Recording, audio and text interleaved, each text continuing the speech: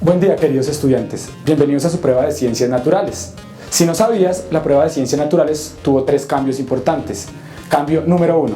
Las áreas de Física, Química y Biología se integraron para hacer una sola prueba que se llama Ciencias Integradas. Eso quiere decir que en una pregunta de la prueba ICFES tienes que extraer el tópico físico, el tópico químico o el tópico biológico. ¿Qué te preguntarán en la prueba de Física? Son 4 los tópicos importantes que debes tener en cuenta.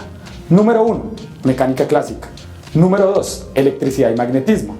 Número 3, ondas. Número 4, termodinámica. Para el número 1, mecánica clásica, debes estudiar cinemática, dinámica y fluidos. Para el número 2, electricidad y magnetismo, fuerza de Coulomb, campo eléctrico y circuitos. Para el número 3, ondas, te debes centrar en ondas mecánicas y electromagnéticas. Y para el número 4, termodinámica, te van a hablar de gases ideales. ¿Qué debes tener en cuenta para el tópico número 1, cinemática? Movimientos. Hay movimientos en una sola dimensión o en 2 dimensiones. Cuando hablamos de movimientos en una sola dimensión, hablamos de movimientos o en el eje X o en el eje Y. Para el eje X tenemos el movimiento rectilíneo uniforme. Y para el eje Y tenemos el movimiento uniformemente acelerado, caída libre y tiro vertical. Para movimientos en 2 dimensiones debes tener en cuenta el tiro parabólico y el circular uniforme. Tópico número 2, dinámica. Causas del movimiento. Causas del movimiento rectilíneo uniforme, uniforme acelerado, caída libre, tiro vertical, circular uniforme. Las causas de ese movimiento son por una fuerza que no tienen los cuerpos, una fuerza que ejercen los cuerpos, una fuerza que está presente cuando 2 cuerpos están en contacto. Para eso debes tener en cuenta 4 temáticas. Número 1, tipos de fuerza. Número 2, impulso y cantidad de movimiento. Número 3, trabajo, potencia, energía y conservación de la energía. Número 4, máquinas simples y poleas. ¿Qué tips debes tener en cuenta para afrontar la prueba de física? Para el tópico número 1, cinemática, debes saber la diferencia entre una magnitud escalar, una magnitud que tiene una cantidad numérica, como el tiempo, y una magnitud vectorial que además de tener cantidad numérica, tiene dirección, como la fuerza. Tip número 2, la diferencia entre velocidad media y rapidez media, que tiene mucho que ver con lo que es una cantidad escalar y una cantidad vectorial. Tip número 3 y uno de los más importantes. Si tú sabes las unidades de medida que tiene cada concepto en física y cada magnitud física, es muy probable que puedas extraer datos y soluciones de forma más específica. Un tip que debes tener en cuenta para la cinemática es cuando hablamos de energía mecánica. Recordemos que la energía mecánica se compone de energía cinética y energía potencial. En este caso, quiero hacer un ejemplo con energía potencial gravitacional y no energía potencial elástica. Cuando yo tengo mis llaves a esta altura, la energía potencial gravitacional de este cuerpo es máxima, pero como las llaves están quietas, su energía cinética es 0. Cuando yo suelto las llaves, su energía potencial disminuye porque la altura disminuye, pero su energía cinética aumenta porque su velocidad aumenta. Un tip que debes tener en cuenta para la dinámica, causas del movimiento, eso quiere decir la fuerza, es que son 4 las fuerzas que existen en la naturaleza. Número 1, el peso. Fuerza ejercida por acción de la gravedad del planeta en el que te encuentres. Eso quiere decir que si la gravedad del planeta es 0, tu fuerza no existe, es 0, pero tu masa permanece constante. Fuerza número 2, la normal, es la fuerza que ejerce la superficie sobre la que estés.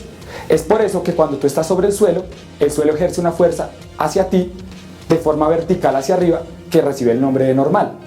Fuerza número 3, la tensión, fuerza ejercida por cuerpos que tengan la propiedad de tensionarse, como cuerdas o músculos. Número 4, fricción, es la fuerza que permite que tú estés en equilibrio o que frenes, es la fuerza opuesta al movimiento. Finalmente, el último tip importante que debes tener en cuenta para mecánica clásica es cuando hablas de mecánica de fluidos. Recuerda que la mecánica de fluidos habla de 4 principios fundamentales. Número 1, principio de Pascal, principio que sustenta su definición en la presión. Es el principio por el cual funcionan los gatos hidráulicos. Principio número 2, principio de Arquímedes. Es el principio que sustenta su definición en la densidad y en la fuerza de empuje. La densidad y la fuerza de empuje es la que permite que tu cuerpo flote cuando estás nadando, o que hayan cuerpos que floten teniendo características diferentes o densidades diferentes. Principio número 3. Principio de Bernoulli. Es el principio que sustenta su definición en la velocidad con la que el aire golpea cuerpos que están en él, como pelotas de béisbol o las alas de los aviones. Es el principio que explica por qué razón los aviones pueden mantenerse en el aire. Principio número 4. Principio de Torricelli. El principio de Torricelli sustenta su definición en la velocidad con la que sale un fluido dependiendo de la altura a la que esté un orificio en un recipiente cerrado. Si el orificio está a una altura muy alta, quiere decir que soporta mucho peso del fluido, sale con una velocidad menor. Pero si el orificio está más abajo, quiere decir que soporta mucho más peso. Eso quiere decir que sale con mayor velocidad. Ten en cuenta que los fluidos no son solamente líquidos, los gases son también considerados fluidos. Un tip importante para electromagnetismo es el campo eléctrico. Ten en cuenta que el campo eléctrico cambia directamente con la fuerza de Coulomb. Eso quiere decir que si la fuerza de Coulomb aumenta, el campo eléctrico también aumenta.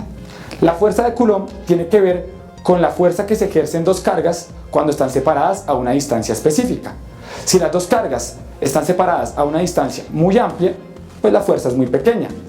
Pero si las cargas están muy cerca, la fuerza que se ejerce es muy grande. Eso quiere decir que cuando dos cargas son iguales, positiva y positiva, tú ya sabes que se repelen. Pero la fuerza que ocasiona que se repelan es esa fuerza de Coulomb. Y en esa fuerza de Coulomb se genera un campo eléctrico que tú vas a ver cuando ves las líneas de fuerza. Cuando las cargas son diferentes y se atraen, la fuerza que hace que se atraigan es esa fuerza de Coulomb. Un tip que debes tener en cuenta para electricidad y magnetismo es cuando hablas de circuitos en serie y circuitos en paralelo. Un circuito en serie te muestra un solo camino, del polo negativo al polo positivo. Un circuito en paralelo te busca más de un camino. Un circuito en serie común, las luces de Navidad de tu casa. Si se funde un bombillo en esas luces, las luces dejan de funcionar. Pero en un circuito en paralelo, como el circuito eléctrico de tu hogar, si se funde el bombillo de tu habitación, los demás bombillos siguen en uso. Si quieres calcular la resistencia equivalente de un circuito en serie, simplemente sumas las resistencias que se encuentran en ese circuito. Pero si lo quieres hacer en un circuito en paralelo, la ecuación cambia. Finalmente, te hemos dado una serie de fenómenos, ecuaciones, conceptos desde el área de física, química y biología para ciencias integradas. Es importante que tú te remitas a cuadernos, libros o información en la web que te permitan subsanar algunos conceptos vacíos que tú tengas en esas temáticas que te presentamos. Lo importante es que tú busques y estudies esos conceptos.